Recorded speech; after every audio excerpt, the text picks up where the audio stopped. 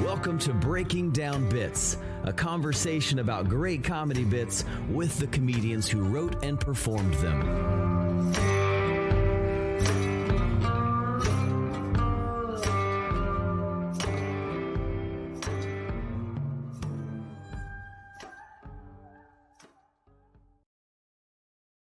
Welcome to Breaking Down Bits, Season 6. I'm Brian Gendron. What's up? I'm Drew Jordan, and we back. We back. It's been a crazy couple of weeks, as it seems like it's never not a crazy couple of weeks. It's always a crazy time with everything going on with both of our lives, and then as busy as the world is back open with comedy happening. It's a good time, though. And so, don't forget, you can catch up on all things Breaking Down Bits. If you just found us, there is seasons 1 through 5 available wherever you watch podcasts or listen to podcasts, even on YouTube. You can find it all at breakingdownbits.com. A beautiful website. Better than most podcast websites. I would, not because I made it. I think Brian made all that, and it's beautiful and easy. So check that out. Get caught up. A lot of great information for comedians, writers, all that stuff. And today, kind of a different angle for you, something a little different than we typically do on Breaking Down Bits. Sure, but let's not forget to call back to our last episode, episode 50 with Hamid Weinberg. A lot of fun. What was your callback to that episode? Yeah, okay. So one thing that he mentioned, not saying this is like going to be breaking news for anyone, but the general thought is write about things that you are deeply interested in, things that you honestly deeply find funny, scary, interesting, all that kind of stuff. We kind of talked briefly in the episode about, hey, good job. You can write a joke. I was driving down the road. I was on kind of a road trip the other day. And as I was driving, I just I turned off everything. And I made it a point just to try to be observant and write jokes about whatever I saw, let it spark things into my mind. And it was a fun exercise, but at the end of the day, I didn't really get any jokes out of it that I think I was really compelled to use on stage, because it wasn't anything that was necessarily really near and dear or interesting to me. It was just kind of observational, kind of light, whatever. And so I think it's just a good practice to always kind of do a deep dive investigation on yourself. What do you really find interesting? What are you really scared by? What do you really find funny? And then just dig into that when it comes to your writing. That way you're creating content that's unique, it's personal to you. No one can steal it. And it kind of builds a brand for yourself a little bit. Wow, so nothing was accomplished. Good. Yeah, I wrote a lot of dumb jokes that are living in my phone, and no one will ever see them. Well, it's a bore. I mean, what are you gonna? It's all a bunch of ranches and cat. That ride is not interesting. But it's good though to be looking for inspiration, and that's kind of the same thing that I gleaned from the episode. It's been a minute since I listened to it. In fact, I think I just listened to it as we recorded it. But if I remember back, just kind of give yourself the space to explore different projects and different things. Really felt like that was a good message from Hamid, and just kind of what he's been doing with his career. So, we do this stand-up thing, but what else can you be doing? Where else can you be applying these skills, this writing and performing talent that you have? He's done some short film and a couple other things that I thought was really interesting. So give yourself the space and get, who knows what you can output and put into the world, make the world laugh. So go back and listen to that episode, all the episodes, like Drew said, at Breaking Down Bits. Also, reach out to us, because, by the way, this episode comes as a request from a couple of different people, a couple of different listeners and peeps we've had along the way. And so if you have anything you want to share with us, get to us on social media at Breaking Down Bits, or hit us up on Gmail, breakingdownbits@gmail.com. And maybe we'll do what you ask. Probably not, but maybe. I was trying to find the exact people that kind of mentioned it, but I'm having trouble going through. I know Ryan from California. He's joined our mic a couple times. Great guy. This is one that he specifically asked for. And there's a few others too. Mm-hmm. There's a couple messages that came through. So on this episode, diving into, a little less just the comedy thing, but taking one step back and looking at shows and producing shows and We have a wonderful guest who is definitely the right guy to have in for this conversation. Let's bring him in. Kyle Kazanjian is the founder and CEO of Don't Tell Comedy, a distributed network of stand-up comedy shows in over 40 cities, disrupting the traditional comedy club monopoly and sometimes even becoming the de facto comedy experience in cities without clubs. Don't Tell Comedy creates memorable experiences for audiences in unique venues at affordable price points and connects comedians with audiences, providing more stage time and career growth opportunities.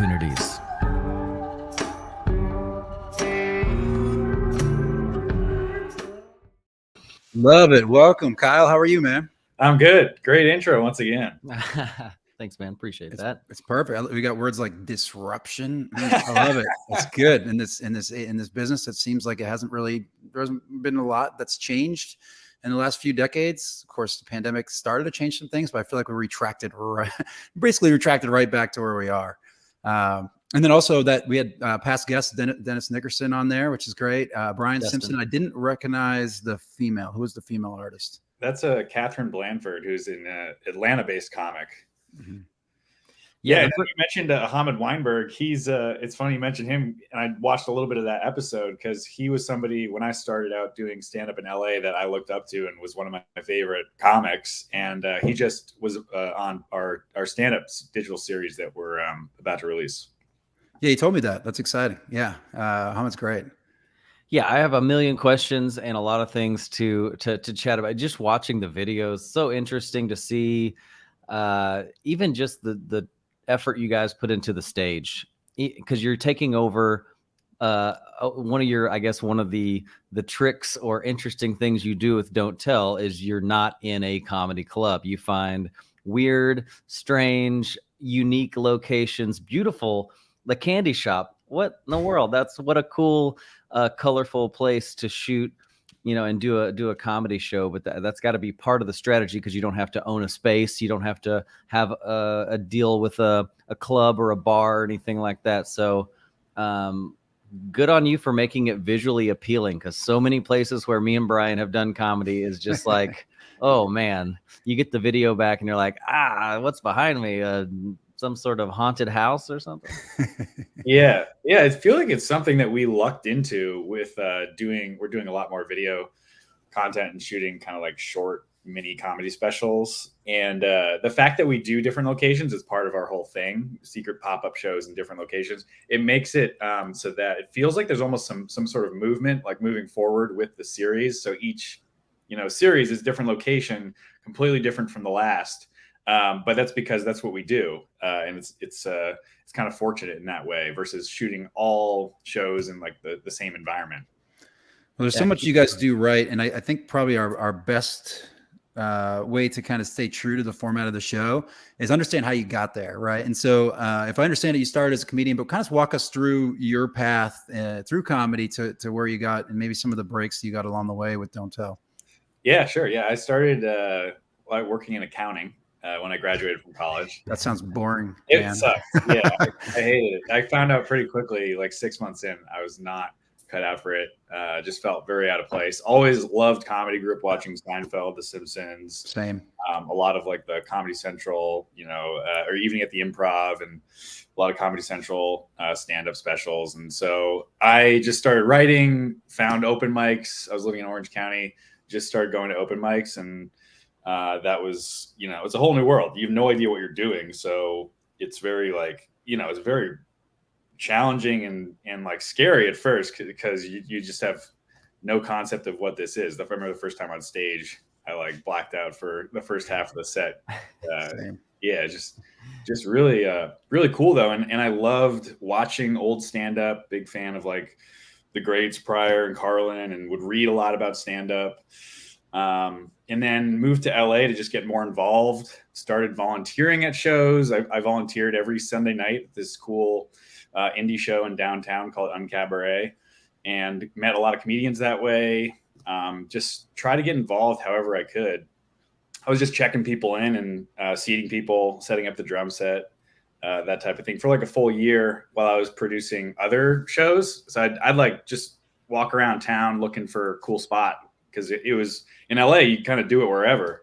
it was even before the pandemic. It was like, oh, this restaurant has a rooftop. Let's do a show there. And, people are just trying to get stage time as a comic, and you're trying to put on fun shows. And it's a really cool community to kind of get involved with and get more into.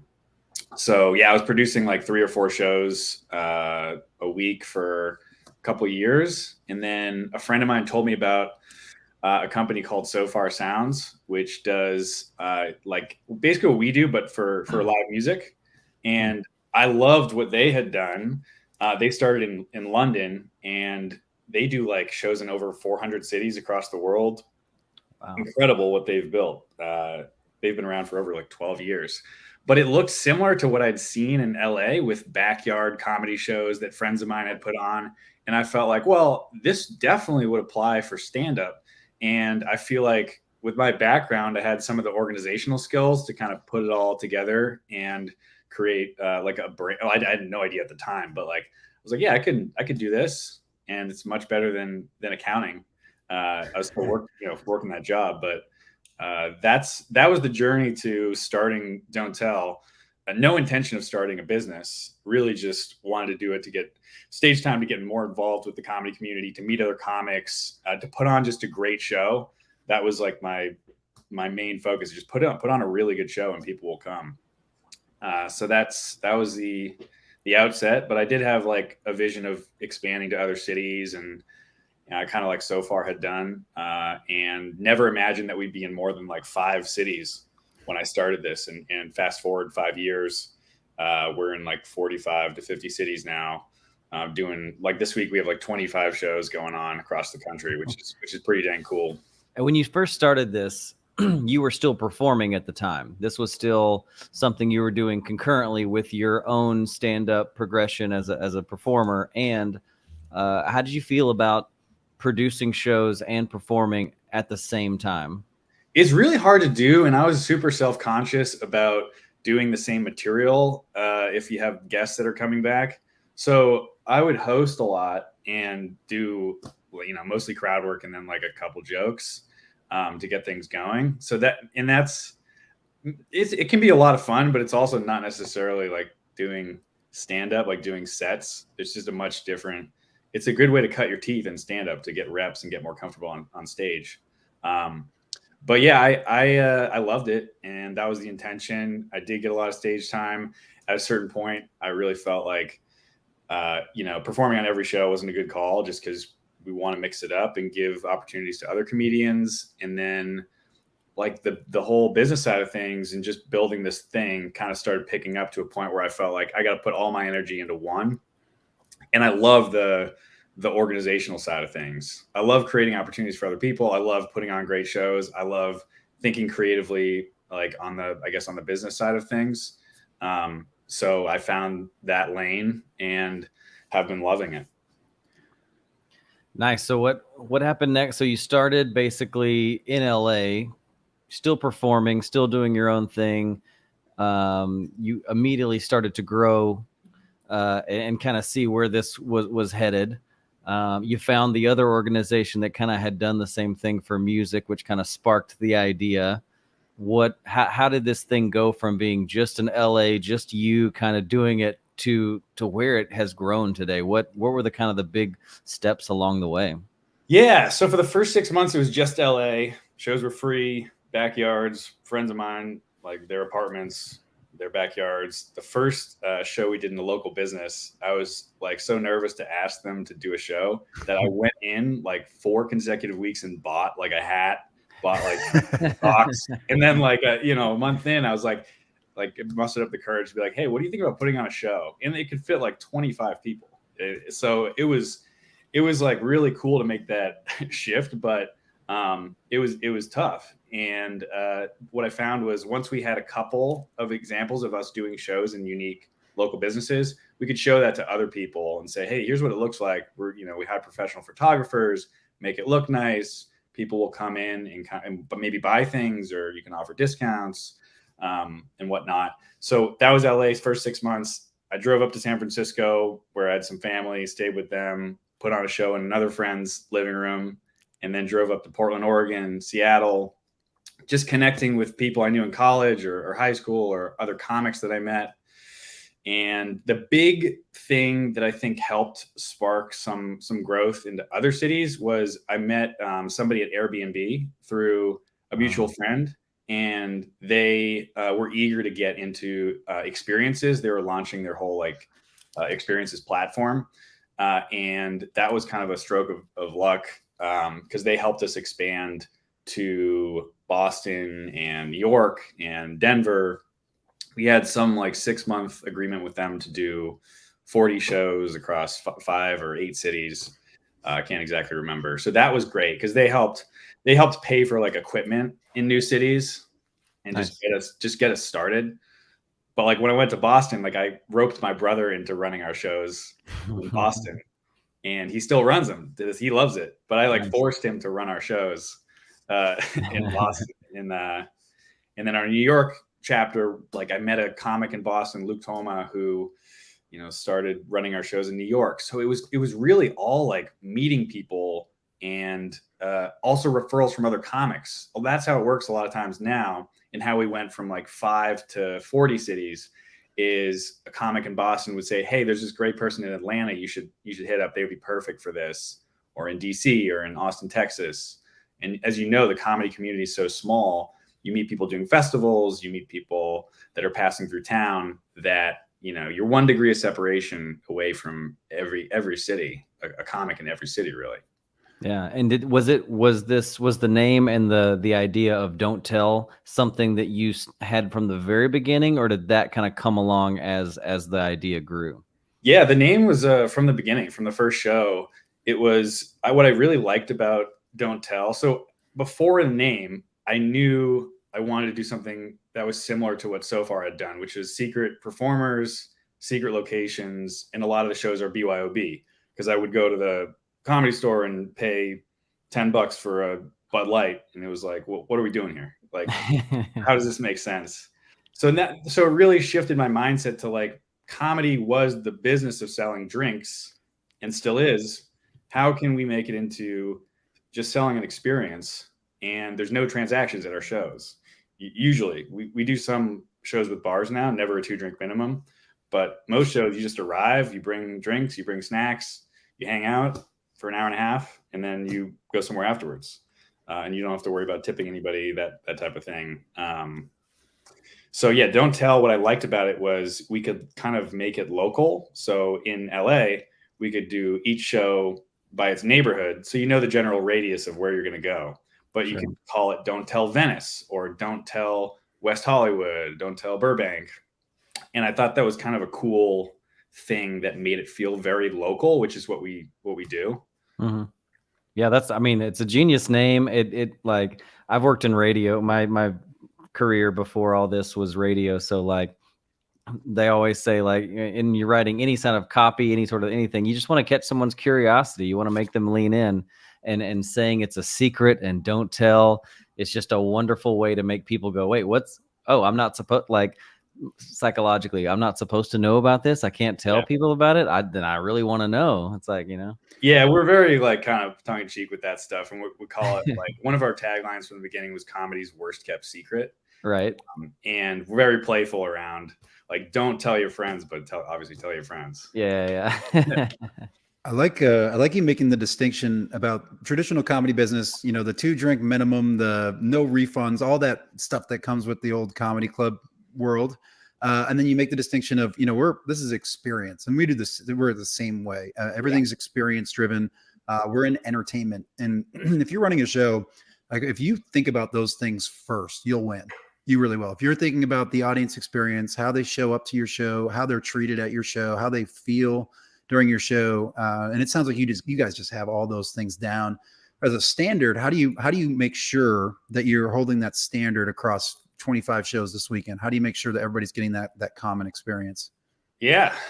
So vetting people that we're working with that are producers, a lot of the people running our shows are comics, and they know how to run a show. They're also well connected in their local scene. So we make sure that who we're working with is somebody we feel like they can represent the brand well, they can put on a good show, they're responsible, they're not going to show up late or anything like that. And then just creating kind of a little bit of a playbook for this is how we run things. These are kind of like, this is what we've seen that works. And then also like being open to feedback if people are like, hey, like these lights we're using suck. Like we got to get new lights, and it's hurting the experience. It's like, oh yeah, let's do that. So yeah, we create I hope that our team thinks this is true. And I really do think it is true, is creating like a really collaborative environment and working with people that care deeply about exactly what you said, Brian, just creating a great experience that will make people want to come back. And I'm immersed in this stuff right now. This is sort of running a show 2.0, because you're the same. We started the same way, because we run the riot in Houston, and we're a comic. We want to get this currency, and this currency is stage time. I put you on my show, and then I can get on yours, and that's the way a lot of comedy shows start. But then if you're tracking, you're doing the experience, you're doing all the right things there, it starts to grow a little bit. And the next step, one of the next steps in that is, what are we doing right? How are we doing it, and documenting that so that it can be done repeatedly.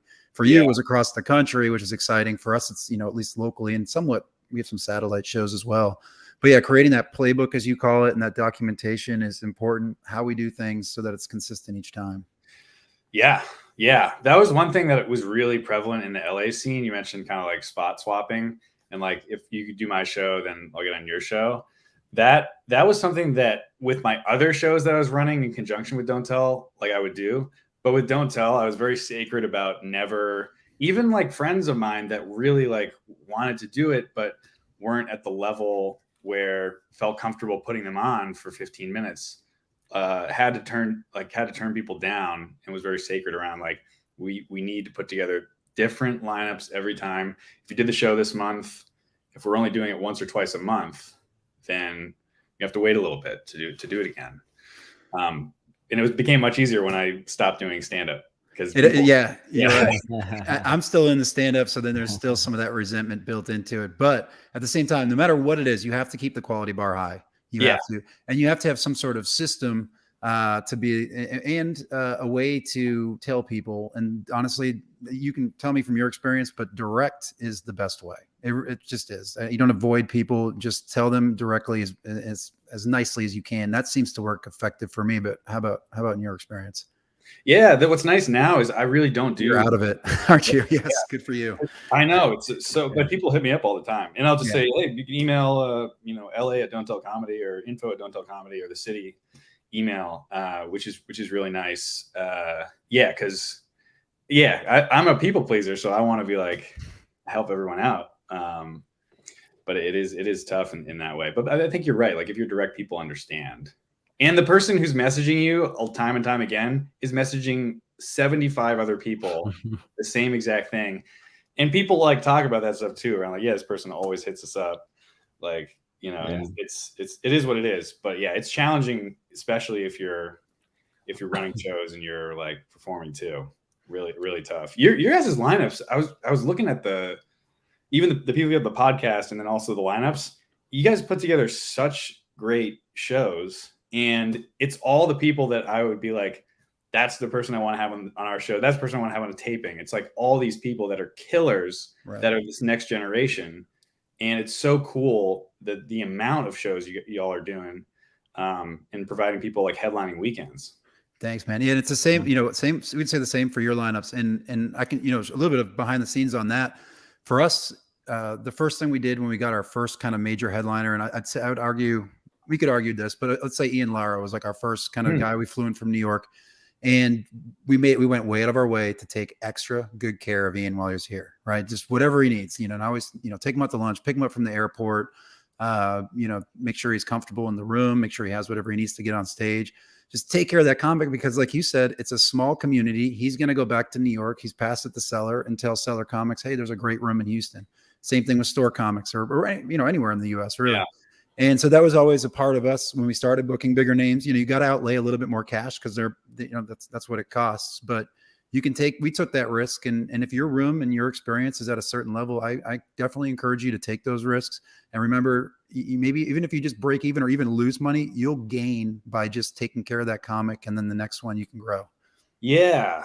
I'd love to hear your perspective on, somebody mentioned to me a while back, and I was like, damn, that is true, is that in the comedy world, for clubs and stuff, the idea of a tastemaker club has kind of disappeared, and clubs rely on, in large part, on comedians not only having to perform and do well, but promote and sell tickets. So it's like comedians have now become promoters in a weird way. What I like about what you're doing, and there's other clubs that do this too really well, is just providing consistency in quality to where people will go because they know it's going to be a good show versus they don't even know who the person is. Maybe they watched a small clip on the website, but that seems to be the goal, hopefully, is to get back to that place, because it's an awful lot of pressure to put on comics to sell all the tickets now as well as perform.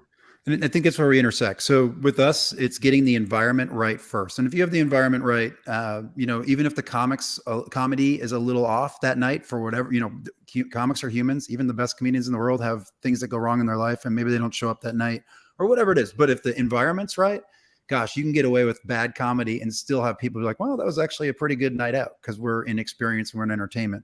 I mean, luckily we do book some of the best comedians in the world. So, we've got kind of both going for us.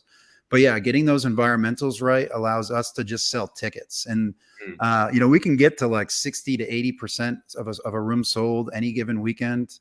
And then any comic that comes in and does a little promoting can get us over the top to 90 to 100. Yeah. That seems to be sort of where we're at. We never paper the room. We don't have to.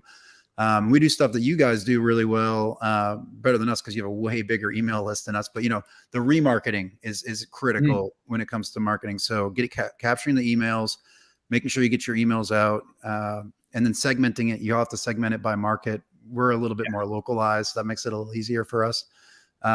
But even other things like remarketing on Facebook and Meta, Instagram, hitting the people that already come to shows. People think it's all about getting new people. No. You want to hit the people that have already come, because they're the ones that are most likely to, one, come back, and two, tell friends. Yeah. Yeah, that's great. I mean, it's when we were talking in LA, Brian, you're mentioning about like all the different ways, the channels that you're promoting and hitting people up, thanking people for coming, offering them tickets to another show, or it's impressive the different avenues you're taking advantage of. And it inspired me to kind of look into ways where we can improve that beyond just like running ads on Facebook and Instagram, which can be a black hole. You inspired me today. The Airbnb thing is awesome. And we've been doing some of that stuff too. So we've been getting into the tourism space. I think I was telling you about that. So if you're in a local city, one area you can tap into is your local tourism bureau. In Houston, it's called the Visitors and Convention Bureau. And so it cost me like $600 a year to be a part of this. And it does require some of your sweat. So you have to go out and, shake hands and meet people that run these events and hotels and all these things. But that allows us to potentially get access to the millions and millions of visitors in Houston that come through every year, which is more or less white space, because nobody else is, at least in our markets, playing in that space. But I'm going to look into the Airbnb experiences, because we're doing some things like we're on amusement.com. So if anybody books through booking.com to come to Houston, we're one of the events that pops up. Same thing with the Visit Houston website. We're one of the experiences that pop up there. So Open Table, we're on the experiences for Open Table. We, at the end of the day, we sell our tickets in 6 different places. I think now maybe it's 7, and it's a lot of surface area where we sell tickets. And then we aggregate those we use Eventbrite, but we have one system to make sure we don't oversell our shows. But that's some of our strategy there. Do you like using Eventbrite? A lot of people complain about it. But if I was on a different platform, I complain about the same shit. Just it's a different thing. I do.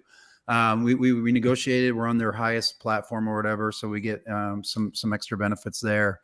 I think we have like $1 surcharge per ticket or whatever that's called. But so that's nice. But yeah, I don't know. It works fine. There's a couple things I don't love about it, but overall, it's our main system for ticketing. Yeah. We built our own system because of a few things that we wanted to kind of do to build off of. Like people would always ask, like especially for secret shows where you don't know who was performing after the show, they'd always ask like who's on the lineup, and instead of manually responding to everybody, and we want to get the comics, facilitate that relationship with the audience as much as possible to get comics new followers. So we built like a system where after every show, we send a post-show email that has every comic headshot, their Instagram, Twitter, TikTok, and then even a Venmo link where if you liked a comic, you can tip and send like a tip to a comic. But that's something like we couldn't do through one of these kind of more stock ticketing sites. I mean, I could pull it off through Eventbrite. And you just created a bunch more work for Zach, who's our assistant. Because I love that. I love that because we started a show called Comics You Should Know, not Comedians You Should Know. That's in Chicago, and I've already talked to those guys about this. But we started Comics You Should Know, and the whole ambition behind Comics You Should Know was that we would put 6 comics on, and we would do what you just said. You know, on the table, it was kind of archaic. We would, on a piece of paper, here's their picture, their Instagram, and all that stuff. And they weren't getting a lot of traction on that, but you know, if we just find a system to do that every show, then we're doing the same thing. We're getting more attention for our comics and the comics that come back to us. So that in turn helps us out. That's great. I've noticed comics getting really smart with these new avenues of like building their own lists and stuff, like whether it's a QR code at shows on a business card, or, you know, it's cool to see comics, the whole comedy industry. It feels like it's being democratized in a sense where a lot of comics can now take their careers more into their own hands with social media, and even like running your own ads to sell out indie venues versus waiting to get booked at one of the more traditional clubs. That's, I think, super exciting for comedy and probably other art forms as well. Yeah, you guys got really nerdy with that.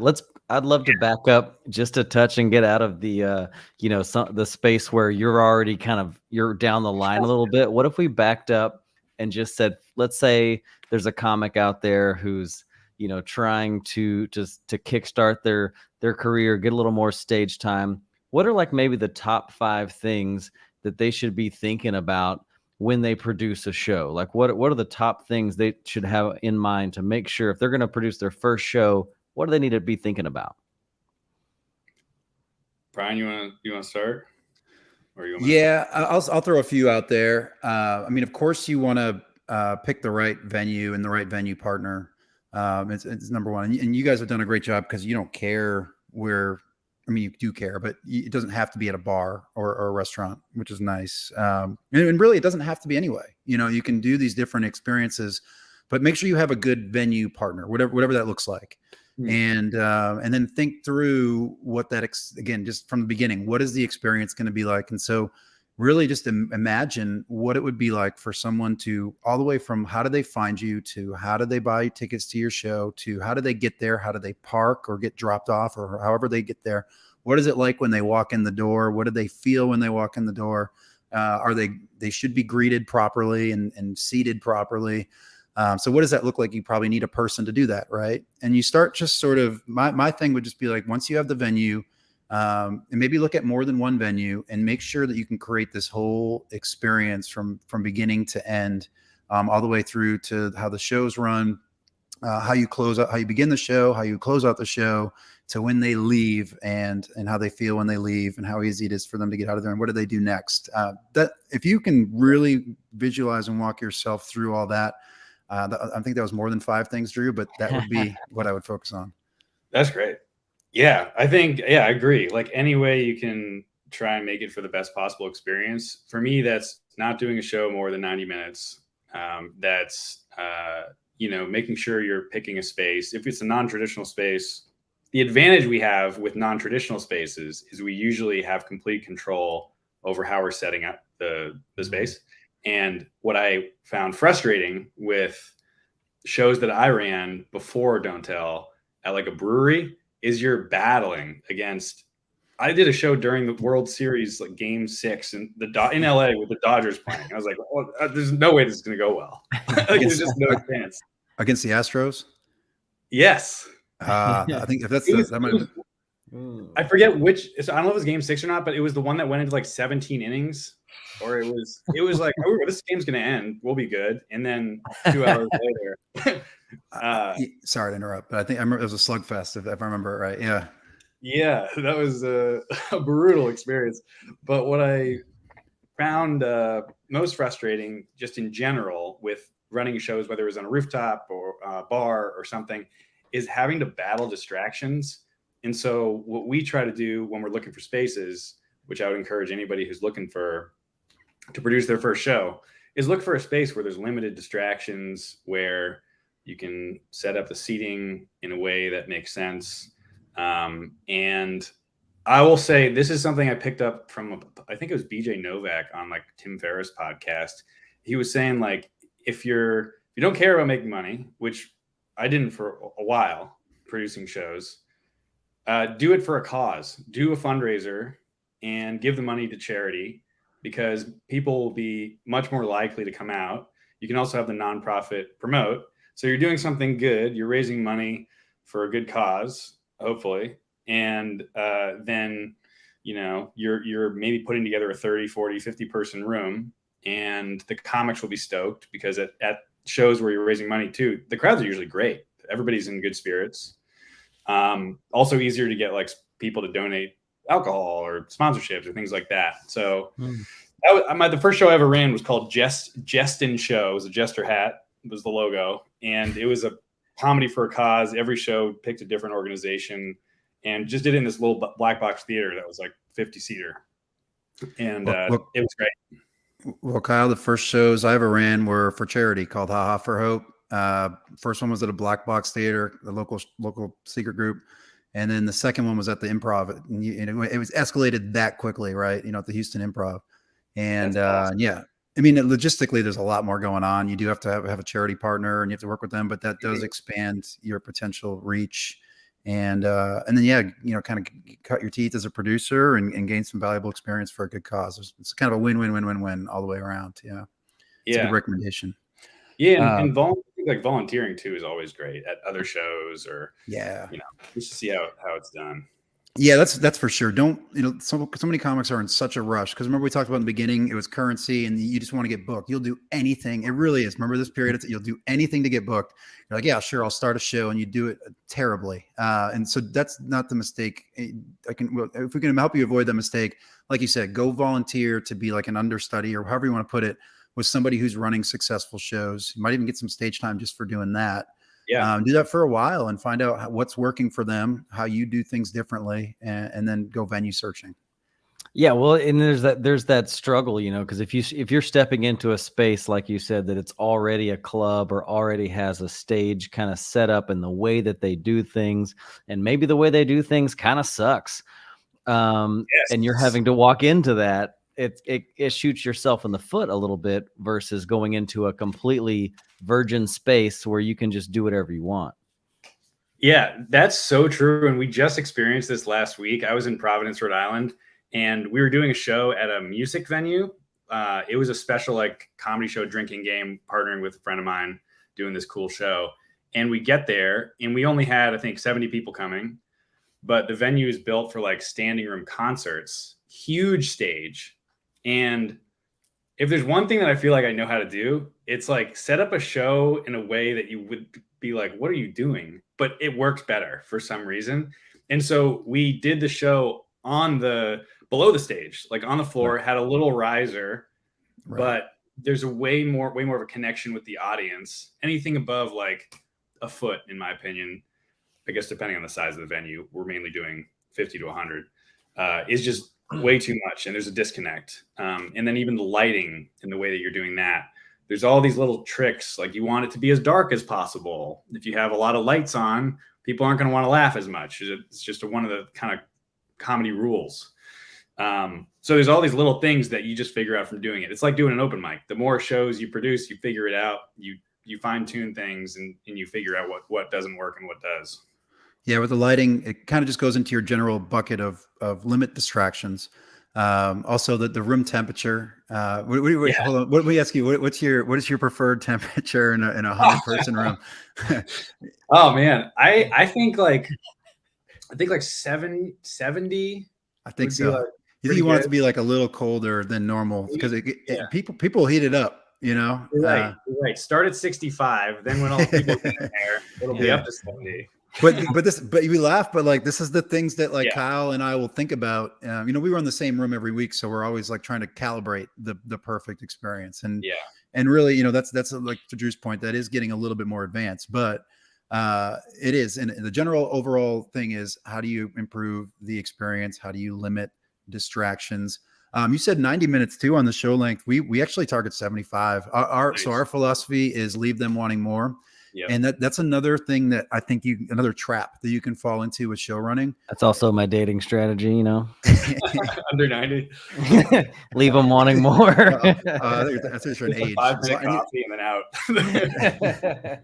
Keep the curiosity, But no, so we do so ours is leave them wanting more, and the trap you can fall into as a new producer is you're trying to do this thing again where you're trying to trade show spots. So you're always trying to add more people, or you're trying to do favors for people out of town to develop those relationships. And I get all that. We leave a little bit of a buffer for those types of scenarios just to help out a visiting comic come in. And but really we do, and we try to limit our headliners to 45 minutes, except for special occasions where they do an hour, and then we cut our time up top. Yeah, that's one of those things where it's a red flag if I see there are more than 7 comics on any show that we do. I'll check in, be like, hey, like I saw there, just want to make sure it's not a huge deal, but we had somebody come do a 5-minute spot. But yeah, 5 to 7 comics is like ideal. People get exhausted. Yeah, my rule of thumb is always book one less comic than you think you need. Yeah, it seems counterintuitive, but we all have the time. Like if we needed to stretch, we could. And I feel I've had shows that run 60. I've had a show that ran 60 minutes, and everybody left happy. Like we got more Google reviews, 5-star Google reviews with that than we do with anything else. So, and then even with corporate, because we do a lot of corporate, I keep those at I've done 30 or less, because they just want to mix and mingle and do their thing. So I'll host it for 8 minutes. I'll bring up a headliner for 20-25, and that's it, and charge them the full amount. That's so smart. And I feel like that really connects with almost one of the themes, which is, things have been done a certain way for 40, 50 years. Doesn't mean you have to keep doing it that way. And there are things that people just assume is the way you're supposed to do things that maybe are hurting the experience, or, each show is unique in that way. Like you said, corporate versus normal show. But it's cool to hear that you're thinking about things like that to just optimize for everyone wants to have the best time. Let's try and make that happen. Again, back to experience. Yeah, because people will fight, with people who are booking these things, they're like, well, we really want an hour of entertainment. And I'm like, just trust me on this. And if they really push back, we'll work with them. But I'm like, this is what we've calibrated in as the best experience for these types of events. Yeah. And so we're always trying to, and we've even done one where we're like, all right, look, we'll do that 30-minute thing. And then we'll also do a comedy workshop. So we can do like a team building thing where we'll teach your people how to write comedy. And then some of them actually get up and perform. So we got some people excited about that format too. That's great. Yeah. So we talked about a lot of the good things. What are the red flag stuff, things to never do when you are producing a show? Some of the things that might seem intuitive as good things, but might actually tank the experience of the show. Like the host doing 30 minutes if you're the person running the show. Host lining. Yeah. One thing that we definitely focus on is creating a diverse lineup, because a lot of clubs and stuff you'll see on showcase shows, sometimes you see comics with all white guys, and it's well, the audience isn't all white guys, so that means the audience probably isn't fully connecting to this lineup of people. So that's an important part of what we, again, it's for optimizing for the experience to make it the best possible experience. And I believe that the best shows have different voices, different people with different backgrounds. So you're not hearing the same kind of thing, different styles. It can be, that stylistically. And then also that's another producer thing, is figuring out where to place people in a lineup is always an interesting balancing act, because you want to, high energy, low energy. You don't want to put this person after this person. This person needs to close because nobody's gonna be able to follow them. And you got to be conscious of that type of thing. Yeah, it's true. If someone is super high, there's definitely a few comics Caitlin Palufo in New York. So cool. I don't know if anyone is going to love the opportunity to perform right after her, because she is such a strong, powerful, high energy, great comic.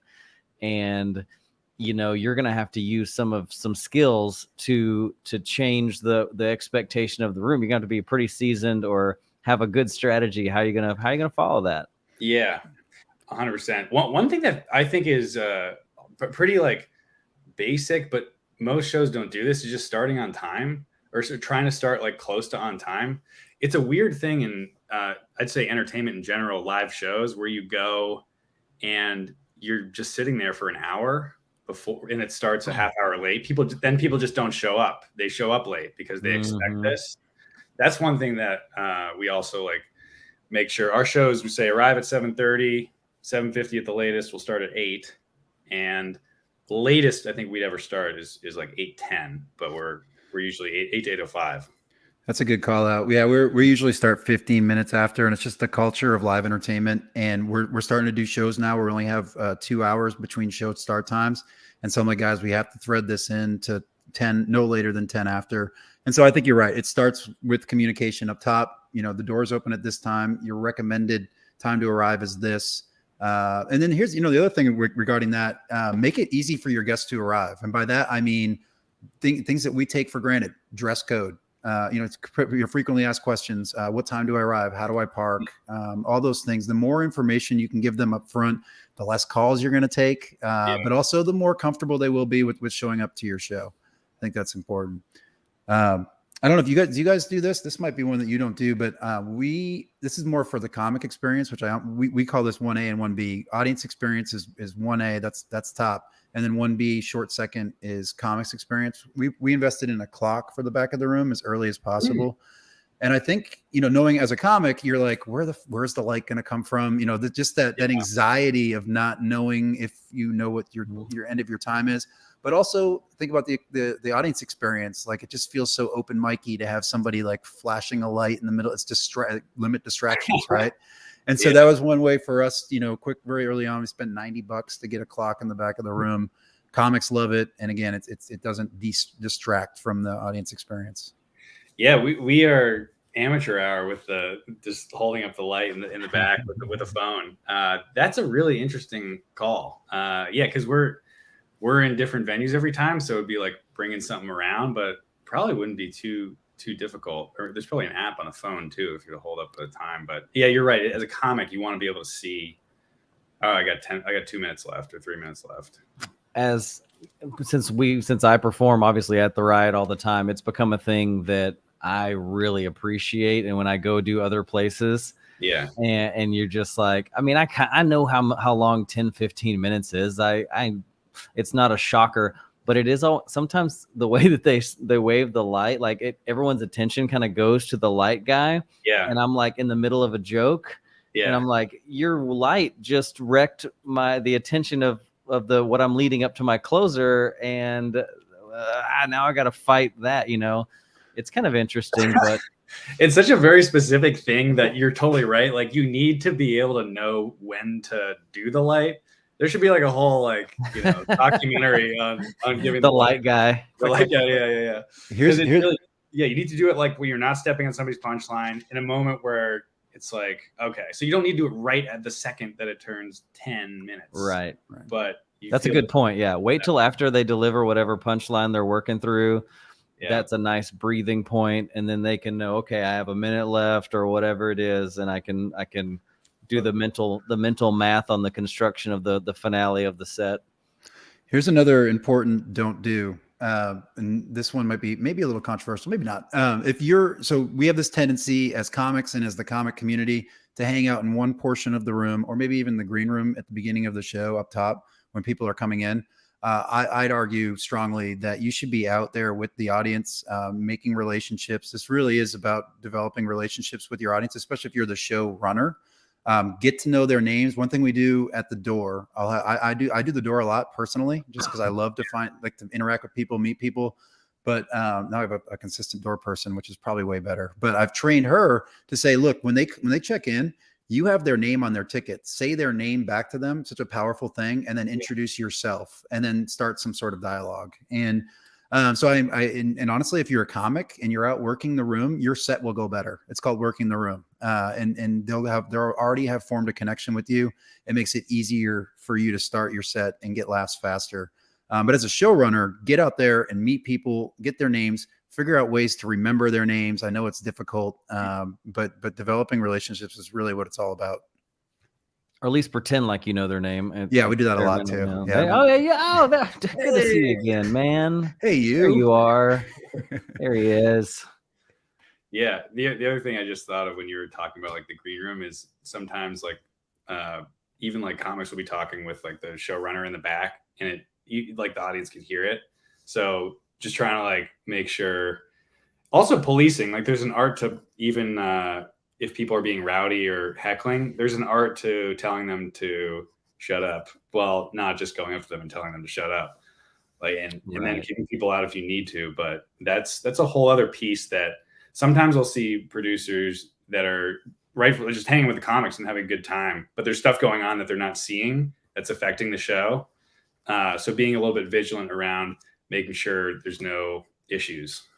I'll be in the green room. I'll be in the green room a lot. I'll always have one ear out into the room, and and our green room's right next to the stage, so I'll always be like, "Wait, is there something going on out there?" And then run out to police and do my thing. But that is one of the things that is the hardest part. Maybe I'm more like a people pleaser, like you. I hate telling comics to shut up in the back. Yeah, but my patience, the younger the comic, the easier it is. But my patience is just getting so thin. I'm like, you guys are welcome to be up here for free. This is a free thing that you get. And you're ruining the experience for my bar. And so, if you as a showrunner, it's your responsibility to keep comics talk to a minimum, audience talk to a minimum. And it starts with setting the right expectation up top. So make sure it's in your announcements that, what do we say, Drew? Keep your table talk to a whisper, no shouting and heckling out the comedians. That way you can hold them accountable throughout the show. Yeah, I think there's an art, like you said, to being there's different arts. So you can be a showrunner, that there's a certain skill set that goes with that. You can be a host, which kind of has some of the showrunner type skills, and you can be a comic. And I've seen some people in their comic brain and in their comic role try to be one of the other places. And like you end up, if you're more of a raunchy kind of mean comic, you can run people off from your show by cursing and yelling at them and telling them to shut up in mean ways. Like you want to have some diplomacy there, because at the end of the day, hopefully as a showrunner, you're once again, if your number one goal is for the audience to have a good time, you have to kind of handle those situations at least the first try a little more gingerly. Like we try to never kick people out of our show unless it's absolutely necessary. Most people, if you tap them on the shoulder and just say, "Hey, we don't allow filming," or "Hey guys, just keep it down a little bit," most people will respond to that most of the time. But if you come up to them and or someone from the stage is yelling, like, it doesn't always handle it well, and that person might not ever come back to your show. And this is how you need audience members, you need good relationships with these audience members. Brian and I feel like we have a list of people that are now kind of like between acquaintances and friends now, because they come to our shows so much, and we always sit down and chat with them for a second when we see them. And now they come to our shows regularly, I think, because they feel a connection to us and they enjoy what we've done. And those people will police the room for you. They'll be the first ones to say, if you create that culture. That's what you really want. You want the rest of the audience to shush down the people who are being weird. Yeah. So it's not even you don't have to do anything. Yeah. So let me go back to something I think that'll help out new producers. Let's walk through the beginning of like, okay, we ran one show every other week, and that felt like this huge task. And then we're like, all right, let's go to weekly. And then it's like, all right, we're already doing it weekly. Why don't we add 2 shows each night? And that's kind of how we scaled our room. And then from there, it's like, okay, maybe if we add another show each week, it actually starts to at one point get easier. That sounds strange, but it becomes easier to run more shows. But starting was really daunting, and it's really hard. You got to book the lineups, you got to do all the ticketing and all that stuff. How was that for you? How did you guys scale and grow? And what were some of the struggles you had? Yeah, I think when you start out, like part of the difficulty is just not knowing what exactly to do or how to get people to come out to a show. So you like do things like hit everybody up on Facebook Messenger back in the day when people are still using that more so. And and just like try and get people to go with these like very time consuming tactics that don't really work. or more than like the first couple times. So once and I think this goes to like, if you're doing weekly show, you're kind of testing things out on like how to market stuff. Once we figured out Facebook and Instagram advertising, that was great. Cause it's like, all right, every Monday we're going to run the ad. So we have the system. It's like developing systems that help you to do things more efficiently is the only way to do more. And so that was, one thing. Even with building this website this past year, we've like automated our address reveal email, which used to be the email we send out to people who get tickets at noon, the day of the show, used to be done manually for like 3 years, which was insane. And we, 20, 30 shows a weekend. And then people would buy tickets after noon on the day of the show, and we'd have to send them individually. So it's just like this, when you hit a point with everything you do, we're like, this is not going to be sustainable. This is crazy that we're doing this way. And there's got to be a better system. And luckily I found some great people with like that expertise that have helped to like really make things a well-oiled machine. And that's like, if I interject real fast, that's an interesting point. When do you cut off sales? Because we deal with this sometimes at the Riot, like you can buy tickets up to just a few minutes before the show online. If someone comes in and buys them in person, it might not connect with the system. Someone upgrades to a table. What's your strategy on when you cut off online sales for your show? Yeah. I mean, it used to be all the way up until like a half hour before, and it still is now. We have one ticket type. So it's simpler than what y'all are doing, because we just set up chairs and there's no VIP. There's no, limited number of these types of tickets. So gotcha. The system we have now, people will get the email like within seconds after they buy a ticket with the address and stuff. And if they don't, there's like a self-help thing on our website. That's right. They don't even know where the show is with you guys. Yeah. Well, luckily, I think that makes people buy stuff a little bit ahead of time, but we're still selling most tickets the last 3 days. That's another thing. Don't panic if you're a producer. Yeah. Like, tickets sell like the last 24 is like over half. Yeah. Yeah. Let's talk about pricing for a second. So you've got your one. Well, first of all, let me say this.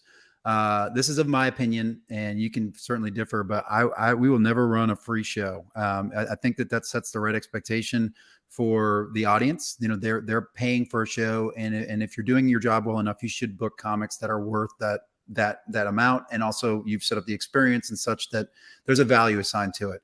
Now, I remember in the beginning, I was like $10. We felt like we were like, oh, $10 felt like a lot to ask somebody to do, because we weren't good at it yet, and we knew that. But now we're very confident. $10 on the lower end. That's our Thursday, Sunday night shows. We're very confident about it, and we built, just like you said, a system. And so we have general admission, and then we sell tables, and then we sell VIP tables, and it's actually really straightforward. So let's say our tickets are $10. It's $10 in addition for a table for the whole party, up to 6 people, right? So let's say it's $10, 6 people, 60 people plus 10 for the table, 70. And then if you want to get VIP, it's just another $10 on top of that. And VIP is closer and table service. So that's simply how it's done. And then that's a good amount of extra revenue for us to be able to sell tables, sell upgrades, and we actually sell them in the room when we don't sell out. And usually that ends up selling out our table space. Yeah. And the weirdest thing about VIP seats, and I've seen this in my career in radio doing concerts and stuff, always the VIP seats are always the first to sell out. It's so crazy. It's like the most expensive thing that you put out there always sells out, almost. Like, it's crazy. That's counterintuitive. Really interesting. Yeah, we used to have 2 different ticket types, GA like and VIP. And the VIP was like a guaranteed seat. That was when like we would sometimes not have enough seats. Now we like just make sure we have enough seats for everybody. But yeah, pricing's interesting. Like, the key is, what we did free at first, but then the issue with that was like the third show, we had like 200 RSVPs and the place could only fit 50 people. Right. So luckily everybody flaked and we only had 50 people that came. That's the problem with free shows. Yeah. People never show up. Exactly. So they don't value it. For charging is like, almost charging was helpful to just control capacity and not create like a bad situation where you have twice the amount of people that you're supposed to have. Yeah.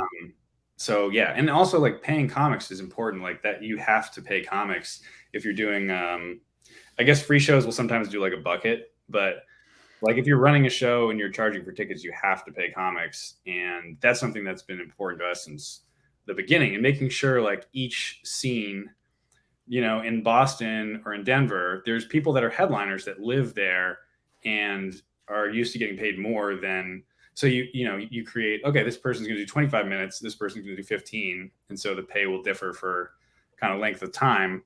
But whenever I'm setting up a new city, I'm always checking in, hey, what are the other like best shows in town? What are they paying? Right. Comics, because we want to make sure that we're a positive part of each local community and comedy ecosystem, and that comics feel like they're respected, not only with like pay, but also time, like telling them, you know, here's your spot time and all this stuff. So they can do multiple shows in a night.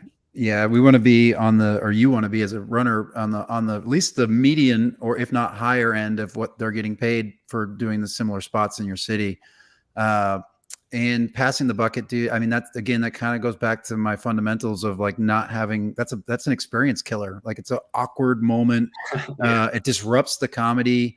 Yeah. And look, they're going to, you know, what are you going to get? You're going to end up getting about the same amount of money from them than you would have just charged for tickets. Just charge for the tickets. Don't make, you know, keep that weird pass the bucket thing out of the experience, in my opinion. And if you give them levels like we do, if the budget's a little tighter, man, just grab the GA ticket, enjoy your night. And if you got a little more to spend, then hey, come on up to the front. I'll massage your feet while I tell you jokes, whatever you need. I won't do that. Exactly. Yeah, Brian's like, no. Yeah, I think for the fundraising shows, I used to do suggested donation too. Right. So like if people want to throw in $5, I don't even know if that worked the best, but it was suggested donation of $20, and sometimes you get more, sometimes you get less. But yeah, having people pay makes it so that they're more invested in having a good time. Yeah. Like you said, you can pay the comics, but here's another important thing that we did very early on is that you get to reinvest back into the business. And so, you know, do this thing where you don't pay yourself for a year. I mean, I pay myself next to nothing. In some ways I still don't, and just keep reinvesting. So you talked about advertising. You talked about, you know, some of the things that y'all need, like lighting and staging. You may, in the environment that you're in, you may already have that stuff. We did. So what did we invest in? We invested in branding. We invested in table tents. We invested in like a little reserved table signs. We invested in a banner, pop-up banners, everything that just gets this brand out. And I'll tell you, we got branded merchandise and stuff. You know, once you get to that point, put that stuff out. You can break even on it. You can give it away for Instagram followers is one thing that we do, you know, whatever during shows. But just having that on the ticket booth helps us with walk up. If people are like, you know, I don't know if I want to come to a comedy show, a local comedy show, especially if they've been burned before by pop-up open mics or whatever else, the poorly run shows that are out there. When they see merchandise and they see branding and pop-up banners and stuff, they're more likely to pay to come to a show. So just there's little ways to reinvest just within your room. And then, of course, like you said, with meta and advertising and joining associations, like I talked about earlier, keep reinvesting. Yeah, agreed. Absolutely. That's probably, I mean, I can go for days. I really could. Kyle, this is part 2 of we just talked last week or 2 weeks ago in LA. So I'll ask one more before we get to the end, though. I have one quick question, because one thing that I know some friends who are show producers, obviously we're here in Houston and you do it all over. What do you think, what has been the best, I guess, platform to get people to buy tickets for you? Has it been Facebook and Instagram? I know that we find here in Houston, because of our links to all the different websites, you know, Visit Houston and all that kind of stuff, Google has been one of our best friends as far as people finding our show here. And social media, we haven't found that that's been a massive powerhouse for us just yet.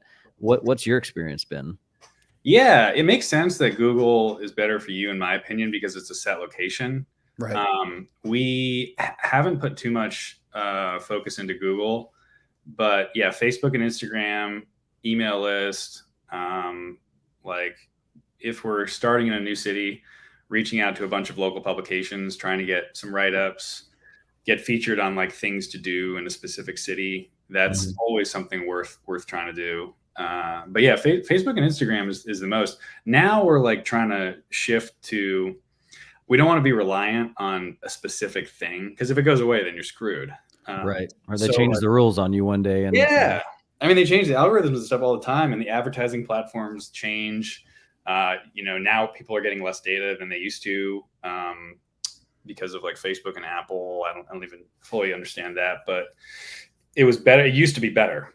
So like we've invested into creating like really cool these digital stand-up specials on YouTube, and our hope there is we're able to build more awareness around like what we're doing, and that will help kind of push people to, oh, there's a show going on in my city. I'll check it out.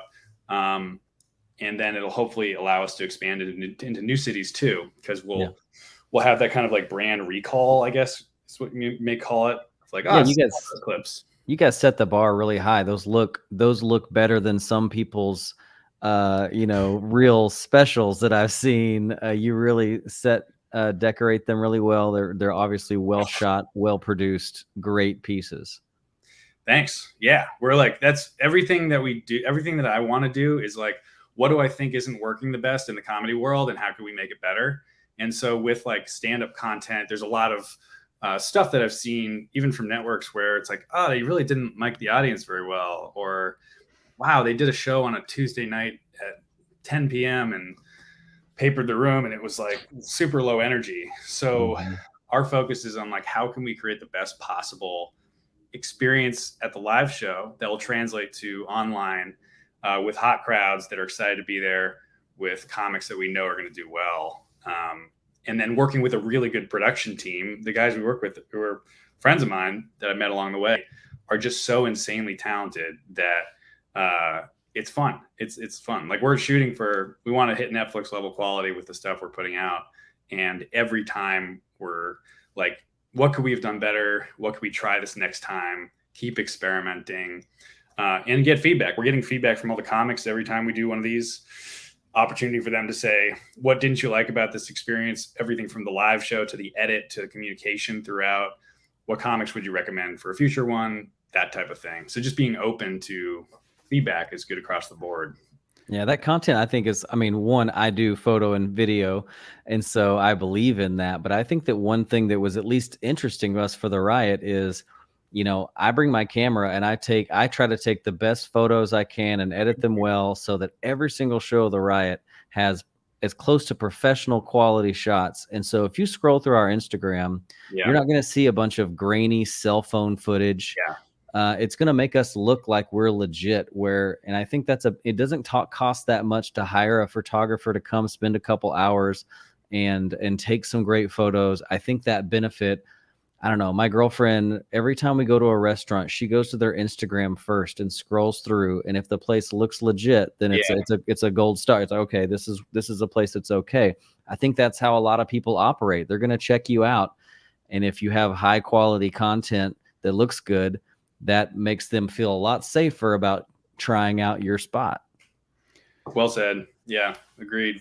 It goes back to reinvesting. Before Drew was on as a producer at the riot, I was paying him, reinvesting to have him come out and take photos, and then of course film everything. And that's something a new producer can learn, not just film it, but to do what Drew does, or pay somebody to do this. Make sure you get the sound and the mics in the right spots, and continue to optimize that, because one day you can get to where you guys are with Don't Tell. Like Drew said, it's just incredible quality and way to grow the YouTube platform. You guys have over 130 something thousand followers or something. That's incredible. So great work there. That's some revenue right there. Yeah. And that's more revenue for the business. Right. So, that's really good. Hey, one more thing I want to go back to. You talked about Google. One other tip for showrunners: if you are going to have a location based, you're not going to deviate to location. What I highly recommend: talk to the business owner and see if you can get a Google business at their business. So use the same address.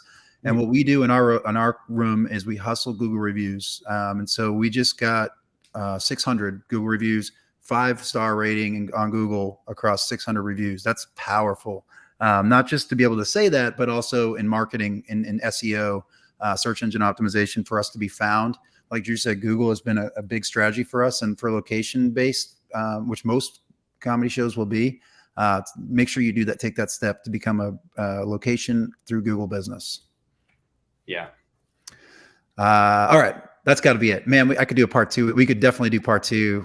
So much fun, because we kind of left like at the most exciting part, which is sort of where you're going. In fact, maybe just one extra minute on what y'all are doing with video and where that's going to go for y'all and what the future is.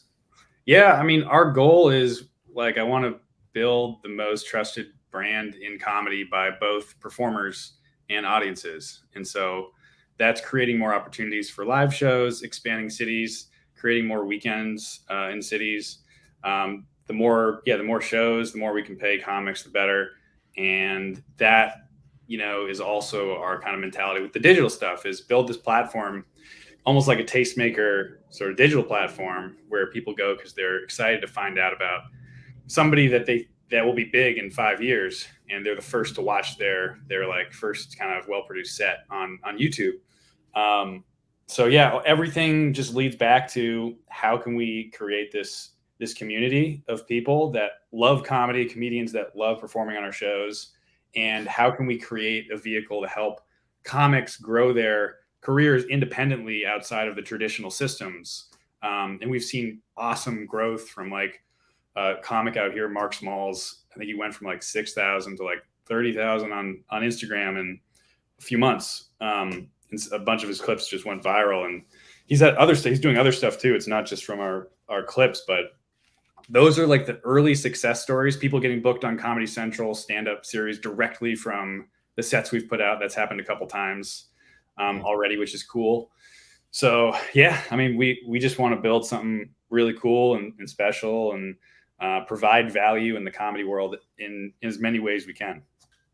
Yeah, I'm friends with Mark and got to shoot some photos of him and the country club adjacent guys in the past. Nice. And he's a hoot. We hope to get him in Houston soon. But yeah, I saw his performance on Don't Tell, and I was like, oh yeah. When I saw the comics that have also been in Houston, it was nice to see some crossover there. That's awesome to hear that the digital side of your shows is becoming a whole new revenue stream, and like your mission statement kind of says, giving opportunities to comics. You're doing that on stage and off stage. Yeah, I mean, YouTube, there's really not that, like, you have to be doing crazy numbers to make any sort of money. For us, it's like we don't start monetizing the videos until like they hit a certain threshold, because we just want people to see them. And for us, it's not even like a thing. We're not trying to create a content business. We're trying to like use these new ways of like marketing our shows to drive more traction there. And so we launched our record label too. So now we're doing comedy albums mainly from our tapings. Again, a way to make comics money, a way to get the brand out there. And you have a stable of comics in a sense that you commonly work with. So let's say Mark, for example, is one of your guys. His success is your success in a sense. As he grows and does better, when he performs on your shows, he's a little more well-known. It's a bigger deal.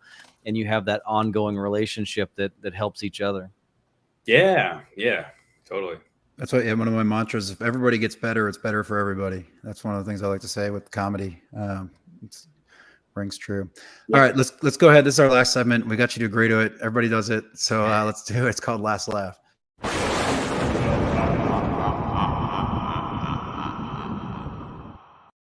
All right, man. So here's the deal. It's a tombstone. You got to write what's going to be on your tombstone. It's your last laugh. A joke can be yours from when you used to perform or one of your heroes. What's your tombstone going to say? Well, it will certainly not be one of my jokes. The one that comes to mind is I was watching this a bunch this past weekend. Is Rodney Dangerfield's joke, where he's like one of my psychiatrists, he said that I was crazy. I said, I want a second opinion. He's like, all right, you're ugly too. that joke is like a perfect joke. And I think of it every like few weeks. I mean, Rodney Dangerfield. I totally butchered that, but that was, look it up. Great choice. Great joke. All of his whole story is so interesting too. So it's like a lot going on there. His late night sets were so funny because he'd do his like 5 minutes and then he'd go to the couch with like Johnny Carson, and Johnny Carson was basically just like teeing up more jokes. So he'd do another 5 minutes on the couch of material. So crazy. Well, Kyle, thanks so much for hanging out with us and kind of spilling the beans. You told us about your comedy, Don't Tell Comedy. 40 plus, almost 50 cities now. So wherever you're listening to this from, check out don'ttellcomedy.com. See if they're producing shows in your area. Go out, support these guys, and check them out on YouTube. Anything else or anywhere else they can go to get more information about Don't Tell?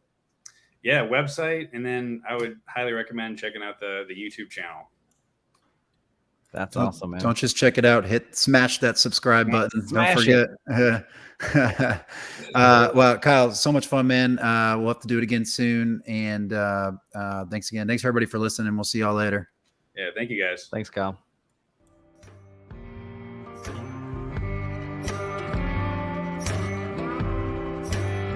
Thanks for listening to Breaking Down Bits. You can keep in touch or get more when you follow @BreakingDownBits on social media, visit the website breakingdownbits.com, or shoot us an email at breakingdownbits@gmail.com.